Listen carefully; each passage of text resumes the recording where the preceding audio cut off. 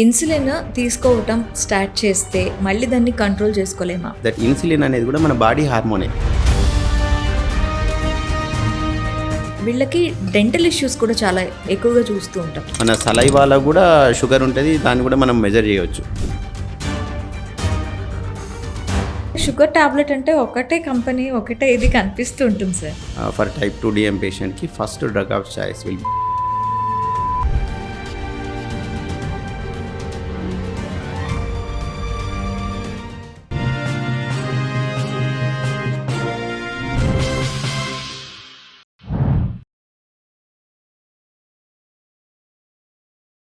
నమస్తే, welcome to social post. నేను మీ మాధురి. ఈరోజు మనతో పాటు ఉన్నారు డాక్టర్ సృజిత్, డయాబెటిక్ స్పెషలిస్ట్. నమస్తే సార్. నమస్కారం అండి. అయితే సార్, ఉపవాసం చేస్తూ ఉంటారు కదా, ఇప్పుడు షుగర్ ఉన్న వాళ్ళు ఈ ఉపవాసాలు చేయడం వల్ల ఎంతవరకు వాళ్ళకి ఈ షుగర్ కంట్రోల్ కానీ లేదు అంటే ఈ షుగర్ హైకి వెళ్ళటం కానీ జరుగుతూ ఉంటుంది? There are 2 problems madam. One thing is మీరు ఉపవాసం ఉంటారు, but you will have a large meal at a time. Yes, right. మీరు డేలో అంతా డే మొత్తం ఉండేసి ఒకటేసారి లార్జ్ అమౌంట్ ఆఫ్ మీల్ తీసుకుంటారు. That is problem, will cause your high sugars. Right. Other problem, మనకు బాడీలో సపోజ్ నార్మల్ స్టేజెస్లో మీరు కింద షుగర్ ఉండొచ్చు, దానికి తగ్గట్టుగా we are starting some amount of medication, that equal proportion of medication కదా. మీరు ఆ టైంలో ఆ మెడికేషన్ వాడుతున్నాము, మనము ఫుడ్ తినట్లేదు, then your sugar will go down. Okay, right. There are 2 complications are they. Sugar మనకు పెరగడము కాంప్లికేషన్, షుగర్ డౌన్ అవ్వడమే కాంప్లికేషన్. సో ఈ కేసెస్లలో ఇన్సులిన్ ఆర్ మెట్ఫార్మిన్ ఇట్లాంటి మెడికేషన్స్ వాడుతున్న వాళ్ళు ప్రయర్గా మన డాక్టర్ని కన్సల్ట్ అయ్యి ఇలా చేస్తున్నాము అంటే డాక్టర్ సూపర్విజన్లో you can go with the fasting. అప్పుడు మనకు ఇలాంటి షుగర్ డౌన్ అవ్వడము, షుగర్ పెరిగిపోవడం అట్లా కాకుండా ఒక నార్మల్ లెవెల్లో మెయింటైన్ అవ్వడానికి కుదురుద్ది. ఇప్పుడు తరచుగా దాహం వేయటం కానీ, అలసట కానీ ఇలాంటివి ఉండేటప్పుడు మనకి ఈ షుగర్ అనేది ఎఫెక్ట్ అవుతున్నట్ట? షుగర్ వల్లనే ఇవన్నీ effects. It's reversal more of high sugars ఉన్నాయి బాడీలో, మనం షుగర్స్ కంట్రోల్ చేయట్లేదు, దానివల్లనే వీక్నెస్ అనిపించడము, severe body pains, the throughout day you feel like you don't have any energy at all even though your sugars are high, and పర్సిస్టెంట్గా యూరినేషన్కి వెళ్ళడము. Those are indication for uncontrolled sugars కంట్రోల్లో లేవు అని body indicate చేస్తుంది. Okay. అయితే sugar down అయినప్పుడు కూడాను సేమ్ సిమ్టమ్స్ సార్, కళ్ళు తిరుగుతున్నాయని చెప్పి కొలాప్స్ అవటం అది జరుగుతుంది. అలాంటి టైంలో ఏం చేయాలంటారు? మీరు అన్నట్టు ఇప్పుడు మీరు అంటున్నారు కదా, హై షుగర్స్కి లో షుగర్కి దోస్ 2 గిడినెస్, 2 గిడినెస్సే అంటే జనరల్ పాపులేషన్కి. బట్ అన్న డాక్టర్ లెవెల్లో వీ కెన్ డిఫరెన్షియేట్. మనకు లో షుగర్ వచ్చి తల తిరగడం అదంతా స్టార్ట్ అయింది అనుకోండి, ఇట్స్ లైక్ సివియర్గా ఆకలి వేయడము, బాడీ మొత్తం చెమటలు రావడము, పడిపోతున్నట్టు అయిపోవడము. మనం ఇమ్మీడియట్గా కొద్దిగా షుగర్ తీసుకోగానే you will become completely normal, stable అయిపోతారు. That is hypoglycaemia. హైపర్గ్లైసిమియా అనేది మనకు డిఫరెంట్ లాగా ఉంటుంది. అట్లా చెమటలు రావడాలు అట్లా ఉండదు, ఓన్లీ కళ్ళు తిరగడము, హెడ్ మొత్తం బజ్జీగా అనిపించడము, ద ఫుల్నెస్ ఉన్నట్టు అనిపించడం. These are they describe, patient మనకు డిస్క్రైబ్ చేసేది హెడ్ మొత్తం బజ్జీ ఫుల్నెస్ అనిపించడము, హెడేక్గా ఉండడము, kind of a nagging sensation in the brain. అది మోర్ ఆఫ్ హైపర్గ్లైసిమియా, షుగర్ ఎక్కువ ఉన్న వాళ్ళల్లో ఉండే సిమ్టమ్ అది. That is different mechanism and this is different mechanism. అంటే ఆ టైంలో ఒకవేళ షుగర్ స్పైక్స్ డౌన్ అవుతున్నాయా లేదంటే అప్ అవుతున్నాయా అనేటప్పుడు వాళ్ళకి సిమ్టమ్స్ తెలిసిపోతాయా? అలాంటి టైంలో వాళ్ళు ఏం చేస్తే బాగుంటుంది అంటే మీరు కంపల్సరీగా counselling is must and should madam.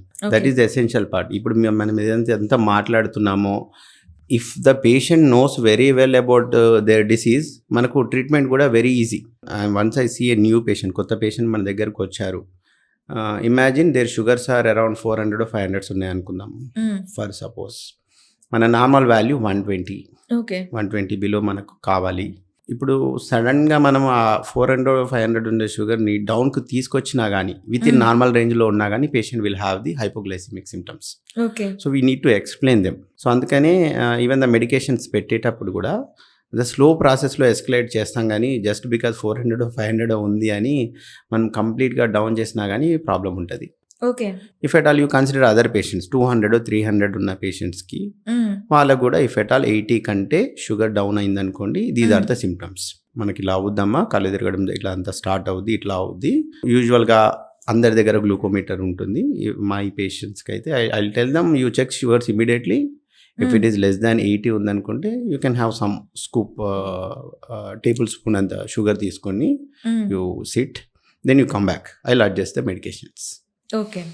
ఇంకొకటి ఏంటంటే some at this point I tell you, మనకు షుగర్ డౌన్ ఉండడం కూడా ఒక లెవెల్లో మనము ఇనీషియల్ స్టేజెస్లలో వేర్ మనకు ఈ బాడీకి ఈ మెడికేషన్స్ సూటబుల్ అవుతాయా లేదా అన్న స్టేజ్లో కొంత హైపోగ్లైసిమియా అట్లా అయ్యే అవకాశం ఉంటుంది. కానీ దట్ ఈజ్ ఆల్సో యాక్సెప్టబుల్ పర్సంటేజ్లో ఉండాలి. దట్ ఈస్ లేదు పర్సిస్టెంట్గా మీకు ఉందంటే డెఫినెట్గా ఐదర్ ద ఫుడ్ మనం ఎంత తీసుకుంటున్నామో ఎంత ట్యాబ్లెట్లో దాంట్లో అన్న డిఫెక్ట్ ఉండాలి, or high levels of medications వెళ్తున్నాయి, అంటే మనకు కావాల్సిన దానికంటే హై డోసెస్ ఆఫ్ మెడికేషన్స్ వెళ్తున్నాయి. So again you adjust it. Okay. At one point మనం ఒకసారి ఫస్ట్ పేషెంట్ని చూడగానే ఇంత అవసరం పడుతుంది అని అట్లా చెప్పడానికి ఎగ్జాక్ట్గా ఉండదు. అందుకే ఇనిషియల్ ఎలా ఆ డోసేజ్, మెడికేషన్ డోసేజ్ అనేది ఎలా మీరు వాళ్ళకి సజెస్ట్ చేస్తారు సార్? మనకు ఫాస్టింగ్ తినకన్నా ముందు షుగరు, తిన్న తర్వాత sugar. Okay. Other thing is HbA1c అంటే 3 నెలల యావరేజ్ షుగరు. ఈ 3ని బట్టి మనకు పర్సిస్టెంట్గా అండ్ యావరేజ్గా షుగర్స్ ఎంత ఉన్నాయి అన్నది మనకు తెలుస్తుంది. ఓకే. దాని ప్రకారంగా ఇప్పుడు మనం వాడుతున్న టాబ్లెట్స్ మెట్ఫార్మినో, గ్లిక్లజైడో, గ్లిమిప్రైడో ఇవన్నీ మెడికేషన్స్కి ఇంత తగ్గించవచ్చు యావరేజ్. కానీ మనకు ఆల్రెడీ మనం చదువుకునేటప్పుడే తెలుసుకుంటాము, దాని ప్రకారంగా అడ్జస్ట్ చేస్తాం. But there is no absolute ఇంత అంటే ఇంతే తగ్గాలి అనే ఏం లేదు. సో ఇనీషియల్ డేసెస్లలో మనము ఎంత అవసరం పడుతుందో అంతకంటే కొద్దిగా హయ్యర్ సైడ్ పెట్టి పంపిస్తాం. ఓకే. మరి అబ్జల్యూట్గా లో పెట్టేసేసి షుగర్ లో అయిపోయింది అనుకోండి, వాళ్ళు ఇంకా ఇంకొకసారి నాకు ఆ టాబ్లెట్ వద్దు అన్న ఒక అజంప్షన్లో వచ్చేసేసేస్తారు. సో లిటిల్ బిట్గా చేసుకొని I will tell them to come after 10 days. 10 days తర్వాత మళ్ళీ విల్ సీ వెదర్ ఇదే dosage near the normal, will continue the same medication. Everyday sugar test అనేది వీళ్ళు చేసుకోవాలంటారు? అవసరం లేదు మేడం, అవసరం. దోస్ కేసెస్ మనకు కొంతమందిలో ఎలా ఉంటుందంటే షుగర్స్ ఒకటేసారి బాగా పడిపోతుంటాయి, మళ్ళీ మీరు నెక్స్ట్ పీరియడ్లో చూస్తే షుగర్స్ మళ్ళీ 200 300 ఉంటుంది అనమాట, అడ్వాన్స్ లెవెల్ ఆఫ్ డయాబెటీస్. అట్లాంటి కేసెస్లలో సెకండ్ మనకు కరెక్ట్గా ఏం జరుగుతుందో తెలియట్లేదు, వెదర్ పేషెంట్ ఫుడ్ సరిగ్గా తీసుకుంటున్నాడా, మెడికేషన్ సరిగ్గా తీసుకుంటున్నారా, లేని కేసెస్లలో will tell them. Other thing is type 1 DM. మొదటి రకం షుగర్ దాంట్లో మీరు ఎంత ఫుడ్ తీసుకుంటున్నారో దానికి తగ్గట్టుగా ఇన్సులిన్ తీసుకోవడం ఉంటుంది. కాబట్టి మీకు ఒక రఫ్ ఐడియా రావడానికి మనం డైలీ ఇంత తీసుకుంటే ఇంత ఇన్సులిన్ అవసరం పడుద్ది అని తెలుసుకోవడానికి కోసమని వాళ్ళకు గ్లూకోమీటర్ అట్లా సజెస్ట్ చేస్తాం మేడం. అయితే సార్ ఇంకొకటి ఏంటంటే ఈ డయాబెటిక్ సమస్యలు ఉన్న వాళ్ళకి ఫుడ్ సమస్యలు అనేవి తొందరగా పెరుగుతాయి. రావటం ఒక ఎత్తు అయితే ఇంకా పెరగటం కూడా అదే రేంజ్లో పెరుగుతుంటాయి. ఎందుకట్లా? దానికి దీనికి ఏంటి సంబంధం? మనకు over the period of diabetes మనకు ఉన్నప్పుడు మేడం ఆర్గాన్స్ డ్యామేజ్ అవుతాయి అని అనుకున్నాం కదా, సేమ్ లైక్ కిడ్నీలు, హార్ట్ ఎలా డ్యామేజ్ అవుతుందో రక్తనాళాలు, బ్లడ్ సర్క్యులేషన్, రక్తనాళాలు ఉంటాయి కదా, అవి కూడా డ్యామేజ్ అవుతూ ఉంటాయి. ఆ డ్యామేజ్ అవ్వడం వల్ల మనకు కాళ్ళల్లో స్పర్శ తగ్గిపోద్ది, నరాలు కూడా వీక్ అయిపోయి స్పర్శ తగ్గిపోద్ది. ఇప్పుడు మనం వెళ్తున్నాము, అక్కడ దెబ్బ తగిలింది, we have a pain and everything, మనకు తెలుసు, అప్పటికప్పుడే మీరు రియలైజ్ అవుతారు అక్కడ దెబ్బ తగిలిందని. కానీ వాళ్ళకి దెర్ ఇస్ నో సెన్సేషన్. అది అక్కడ పెరిగి పెద్ద అయిన తర్వాత ఎవరో చూసి చెప్పి అక్కడ ఏదో జరిగింది అంటే కానీ వాళ్ళకు అక్కడ తెలీదు. రెండోది మనకు బ్లడ్ సర్క్యులేషన్ కూడా తగ్గింది అనుకుంటున్నాం కదా, నార్మల్గా హీలింగ్ ప్రాసెస్, దెబ్బ తగిలినప్పుడు మనకు రక్త ప్రసరణ వల్ల అక్కడ టిష్యూ అంతా నార్మల్కి వచ్చేయడం ఇదంతా జరుగుతుంది. వాళ్ళకు అది జరగదు, డిలేడ్. దీనివల్ల వాళ్ళకు రెగ్యులర్గా అట్లా అయ్యే అవకాశం ఉంటుంది. That's why always you educate the patients, you always educate tell them in the morning మీరు స్నానం అయిపోయిన తర్వాత కాళ్ళు కంప్లీట్గా ఒక కాటన్ క్లాత్ తోటి కంప్లీట్గా డ్రై అవుట్ చేయి, look after whole leg and hands, అదంతా చూసుకొని ఎక్కడన్నా దెబ్బ ఉందా, ఏదన్నా మారిందా, కలర్ లాగా ఏమైనా అనిపిస్తుందా, and again go back to the night also. మీరు అంతా తినేసారు, you're going back to the బెడ్కి వెళ్ళే ముందు go to the bathroom, wash your legs completely, మళ్ళీ కంప్లీట్ ఇన్స్పెక్షన్ ఎక్కడెక్కడ ఉందా లేదా చూసుకొని వ్యాజ్లిన్ లాంటిది పెట్టుకున్నాం అనుకోండి రావు. ఓకే. ఇఫ్ ఎట్ ఆల్ వచ్చింది, సమ్ దెబ్బ తగిలింది, మనకు తెలియలేదు, మనం చూసుకున్నాం తెలిసింది, ఇమ్మీడియట్గానే మనం ఇంటర్వ్యూ అవ్వడానికి కుదురుద్ది. అదే బాగా పెద్ద వూండ్గా మారిపోయి లోతు వరకు వెళ్ళిపోయింది, అప్పుడు మనం స్టార్ట్ చేయాలనుకుంటే it takes lot of time. Okay. అంటే వాళ్ళకు వచ్చిన ఎక్కడ తగిలిన దెబ్బలు తొందరగా హీల్ తగ్గవు. అవ్వదు మేడం. దీనికి మెయిన్ రీజన్ అదంటారు. Yes madam. ఓకే. అయితే ఇంకొకటి సార్, వీళ్ళకి డెంటల్ ఇష్యూస్ కూడా చాలా ఎక్కువగా చూస్తూ ఉంటాం. దీనికి కూడాను ఈ బ్లడ్ వెజల్స్ ఏనా, లేకపోతే ఎందుకని వాళ్ళలో వీళ్ళ దాంట్లలో మీరు అన్నట్టు blood vessel one of the reason. Other reason is ఆ పర్సిస్టెంట్ షుగర్స్ ఉండేసరికి those sugars are feeding for the bacteria, right? Those bacteria, fungal, ఆ క్రిములు ఏవైతే ఉన్నాయో వాటికి ఆ షుగర్స్ ఆర్ ఫీడింగ్. మామూలుగా మనకు ఉన్న కండిషన్స్లో అట్లాంటిది ఏముండదు కాబట్టి అదే గ్రోత్ అవ్వాలి, అదే మనకు డ్యామేజ్ క్రియేట్ చేయాలి. ఇక్కడ టీత్లో కానీ ఇక్కడ కానీ మనకు న్యాచురల్గానే సమ్ అమౌంట్ ఆఫ్ గుడ్ క్రిములు అవన్నీ ఉంటాయి. ఈ పర్సిస్టెంట్ హైపర్ గ్లైసిమియా అదంతా ఉన్న స్టేజెస్లలో అవి గ్రో అయిపోయి మనకు డిసీజెస్ కాజ్ చేస్తాయి. Okay. So again this is అంటే వన్ ఆఫ్ ద లైక్ రక్తనాళాలు plus me sugar levels, okay. That is the reason. Even మన సలైవాలో కూడా షుగర్ ఉంటుంది, దాన్ని కూడా మనం మెజర్ చేయవచ్చు. సో ఆ పర్సిస్టెంట్ హై షుగర్స్ వల్ల మనకు డెంటల్ ప్రాబ్లమ్స్ ఇవన్నీ వచ్చే అవకాశం ఉంటుంది. ఇన్సులిన్ తీసుకోవటం స్టార్ట్ చేస్తే మళ్ళీ దాన్ని కంట్రోల్ చేసుకోలేమా? మళ్ళీ దానికి ఆపటం కానీ చేయటం కానీ చేయలేమా?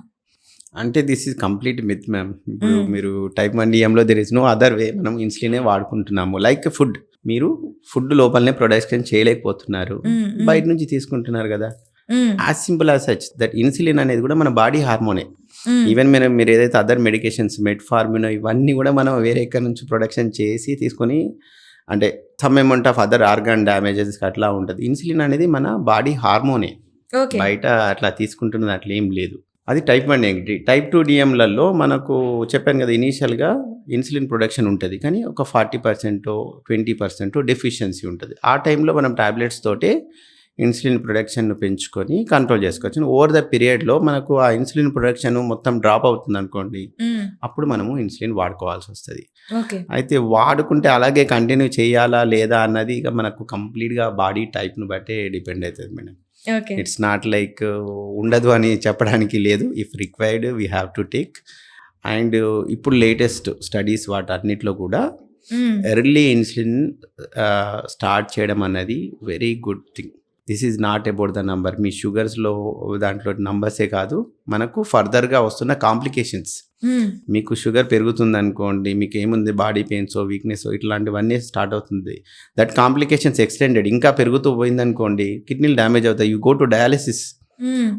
వారంలో 3 రోజులు మీరు హాస్పిటల్కి వెళ్ళి డయాలిసిస్ చేసుకోవాల్సి వస్తుంది. ఓకే. హార్ట్ అటాక్ వచ్చింది, దట్ అంటే major complications. This is not about those number, or this is not about the insulin. మనం చేస్తుందంతా ఆ కాంప్లికేషన్స్ మన బాడీకి రాకుండా ఉండడానికి. ఆ కాంప్లికేషన్స్ రాకుండా ఉండడానికి మాత్రమే మనం మెడికేషన్ అనేది యూజ్ చేస్తాం, రైట్? Yes madam. అయితే దీనికి major role food and your exercise. Okay. అవి baseline, those are your baseline treatment. దాన్ని ఎవరు మార్చేది ఏం లేదు. అయితే ఈ ఫుడ్లో మనకి ఒక్కొక్కటి చెప్తూ ఉంటారు సార్. కొంతమంది రైస్ తినద్దు అంటారు, కొంతమంది రోటీ కూడా తొందరగా అరిగిపోతుంది అండ్ షుగర్ లెవెల్స్ కూడా పెంచేస్తుంది అని చెప్పి అంటుంటారు. సో ప్రాపర్ డైట్ అంటే వాళ్ళకి ఏం చెప్తారు మీరు? ప్రాపర్ అంటే ఇది ఇండివిజువలైజ్ మేడం, ఒక్కొక్కళ్ళ ఎక్స్పీరియన్స్ని బట్టి మారుతుంది అనుకోండి. పర్ సే మనకు గ్లైసిమిక్ ఇండెక్స్ ఎంత ఫాస్ట్గా మనకు షుగర్ పెరుగుతుంది, ఈ 2 క్రైటీరియా పెట్టుకొని మనము ఫుడ్ను సజెస్ట్ చేస్తాము. వాళ్ళకి షుగర్స్ అనేవి వాళ్ళ బాడీలో ఎలా యాక్ట్ చేస్తున్నాయి? ఫుడ్ తింటే, ఆ ఫుడ్ తీసుకుంటే మన బాడీలో ఎంత తొందరగా షుగర్ పెరిగే అవకాశం ఉంది. తిన్నా వితిన్ హాఫ్ అన్ అవర్లో పెరుగుద్దా, పెరిగితే ఎంత హై పెరుగుద్ది అన్న 2 క్రైటీరియాను బేస్ చేసుకొని ఏ ఫుడ్ తినాలన్నది సజెస్ట్ చేస్తాము. ఇక్కడ అదర్ ఆలోచించాల్సింది ఏంటంటే పేషెంట్ని బట్టి కూడా మనము ట్రీట్మెంట్ మార్చుకోవాల్సి ఉంటుంది. ఇప్పుడు మీరు ఏదో చెప్పేసేసి పేషెంట్ ఫాలో అవ్వలేదు అనుకోండి, what is the point? No, we have to negotiate with the patient. మనకు వాళ్ళ చుట్టుపక్కల ఏ ఫుడ్ అవైలబుల్ ఉంటుంది, ఆ అవైలబుల్ ఫుడ్లో ఏది బెటర్, కొంతమంది మీరు అన్నట్టు చపాతీ అట్లా చేయంగానే అలా అవ్వడము, కొంతమందికి చపాతీ తినగానే కడుపు ఫుల్నెస్ అనిపించడము, అసిడిటీ లాగా అనిపించడం. We have to change the food. వాళ్ళకి ఏది సూటబుల్, ఉప్మా సూటబుల్ అవుతుంది, you change it to upma. Idli suitable అవుతుంది, we have to change it to idli. కానీ వీటన్నిటిలో కూడా portion, minimal portion and regular intervals. ఒకటేసారి లార్జ్ అమౌంట్ ఆఫ్ ఫుడ్ తీసుకోకుండా, ఇప్పుడు ఇదే డైట్ మీరు ఒక హోల్ డేలో ఇంత తీసుకోవాలి అని అనుకున్నాను, అదే డైట్ను ఒక 3 to 4 times తీసుకున్నారనుకోండి, your body level ups. Okay. అయితే ఇంకొకటి సార్, మీరు ఇందాక ఎక్సర్సైజ్ కూడా అన్నారు. ఏ టైంలో ఈ ఎక్సర్సైజెస్ అనేది మీరు ప్రిఫర్ చేస్తారు? అండ్ ఎన్నిసార్లు ఎక్సర్సైజెస్ అనేది వాళ్ళకి ఎంత టైం? మినిమం 45 minutes చేయాల్సి ఉంటుంది మేడం. తిన్న తర్వాత అంటే consider patient is 50 years old అనుకోండి, వయసు ఎక్కువ ఉన్న వాళ్ళ గురించి మనం మాట్లాడుతున్నాం అనుకోండి. ఐ సజెస్ట్ దెమ్ తిన్న తర్వాత ఇమీడియట్గా తినగానే ఒక 5 to 10 minutes గ్యాప్లో అక్కడే you walk for 20 minutes. Okay. 5 minutes తింటే 20 minutes వాక్ చేయాలా? తప్పదు కదా మేడం. ఓకే. పెట్టాలి అలా కాదని అనుకున్నాను అనుకోండి, మీరు 45 minutes కంటిన్యూస్గా ఐదర్ మార్నింగ్ కానీ ఈవినింగ్ కానీ చేసినా కానీ ప్రాబ్లం లేదు. You take younger individuals 35 years వాళ్ళ దాంట్లో లైఫ్ స్టైల్ చేంజెస్, అంటే ఎర్లీ ఏజ్ కదా, వీళ్ళ దాంట్లో లైఫ్ స్టైల్ చేంజెస్ వల్ల మనకు ఇంపాక్ట్ లాంగ్ టర్మ్ ఉంటుంది. ఓకే. సో దోస్ కేసెస్లలో సింపుల్ ఎక్సర్సైజ్ లైక్ వాకింగ్ అలా కాకుండా ఏరోబిక్ ఎక్సర్సైజ్ లైక్ సైక్లింగ్ కానీ, బ్రిస్క్ వాకింగ్ కానీ, స్విమ్మింగ్ కానీ, those are more beneficial. Okay. Timing అడుగుతున్నారు కదా, we're living in a metro. Timing కంటే కూడా వాళ్ళు చేయడం ఇంపార్టెంట్ అంట. ఓకే. అర్ధరాత్రి అయినా కూర్చొని మీరు ఎక్సర్సైజ్ చేయండి ఖచ్చితంగా. చేయకుండా దానికంటే at least some amount of exercise తోటి తగ్గుద్ది కాబట్టి. HbA1c. HbA1c. యా, ఇది ఈ టెస్ట్ ఎందుకు చేస్తారు సార్? ఈ టెస్ట్ చేయటం వల్ల మనకి ఈ డయాబెటీస్కి సంబంధించి ఏ ఇన్ఫర్మేషన్ ఉంటుంది? Suppose one patient, will take an example. ఒక పేషెంట్ ఉన్నారు, he is uncontrol sugar, you know, నా దగ్గరకు వస్తున్నాడే అనుకోండి, వాళ్ళకి ఆల్రెడీ ఒక మనం డాక్టర్ని కలుస్తున్నామన్న ఇది ఉంటుంది కదా, ఒక 1 day మొత్తం తినలేదు అనుకోండి, నెక్స్ట్ రోజు నా టెస్ట్ చేయించారు, షుగర్స్ విల్ బి నార్మల్ కదా, but in the base line your uncontrol sugars. Okay. Right. అంటే ఫాస్టింగ్ తినకన్నా ముందు, తిన్న తర్వాత షుగర్ అనేది మనము అప్పుడప్పుడు తింటున్న ఫుడ్, అంతకుముందు రోజు తిన్న ఫుడ్ వల్ల అటు ఇటు వేరీ అయ్యే అవకాశం ఉంటుంది. ఇది కూడా ఉంటుందా? ఎస్, అంతే కదా మేడం. ఇప్పుడు మీరు లార్జ్ అమౌంట్ ఆఫ్ మీల్ తీసుకున్నారు, టెస్ట్ చేశారు, యూ విల్ బి అరౌండ్ 300-400 ఉంటుండొచ్చు. ఓకే. అదే you took a small amount of మీలే తీసుకున్నారు, అప్పుడు మీ షుగర్స్ 200-150 ఉంటుంది కదా. సో డెఫినెట్గా మన ఫుడ్ వల్ల ఆ నంబర్ మారుద్ది. కాబట్టి HbA1c అనేది మనం తినకున్నా కూడా ఆన్ యావరేజ్గా పర్సిస్టెంట్గా 24 hours మనకి ఎంత షుగర్ ఉంటుంది అని అది ఇండికేట్ చేస్తుంది అనమాట. ఓకే. మన బాడీలో ఉన్న ఎర్ర రక్త కణాలు ఉంటాయి కదా, బ్లడ్, ఆ బ్లడ్కు మనకు షుగర్ ఎంత ఉంది అటాచ్ అయి ఉంటుంది అనమాట పర్సిస్టెంట్గా. అది ఎంత ఉంది అన్న దాన్ని బట్టి HbA1c మనకు తెలుస్తుంది. దాంతో మనకు షుగర్ కంట్రోల్లో ఉందా లేదా అని తెలుస్తుంది. సెకండ్ థింగ్, ఈ HbA1c తోటి మనము మెడికేషన్ డిసైడ్ చేయం. ఓకే. తినకన్నా ముందు, తిన్న తర్వాత షుగర్. కొంతమందిలో తినకన్నా ముందు బాగానే ఉంటుంది, తిన్నది మాత్రం వెరీ హై ఉంటుంది. ఓకే. కొంతమంది దాంట్లో తిన్న తర్వాత అది వెల్ కంట్రోల్ ఉంటుంది, తినకన్నా ముందు ఎక్కువ ఉంటుంది. సో ఆ వేరియేషన్ను బట్టి మనం మెడికేషన్ అడ్జస్ట్ చేయాల్సి ఉంటుంది. కానీ HbA1c అనేది షుగర్ కంట్రోల్ ఉందా లేదా అని తెలుసుకోవడానికి మనము యూజ్ చేస్తాం HbA1c. సార్, ఈ మెడికేషన్ కూడాను ఎవ్రీ వన్ దగ్గర షుగర్ టాబ్లెట్ అంటే ఒకటే కంపెనీ, ఒకటే ఇది కనిపిస్తూ ఉంటుంది సార్. ఇది ఎందుకు డిఫరెన్షియేషన్? అందులో ఏమైనా ఎంజీస్ కానీ లేదంటే ఇవి కానీ తేడా ఉంటుందా? ఎవ్రీ వన్ ఒకటే సూటబుల్ అవుతుంది వాళ్ళకి? అంటే మనకు ప్రాపర్ గైడ్ లైన్స్ ఉన్నాయి మేడం.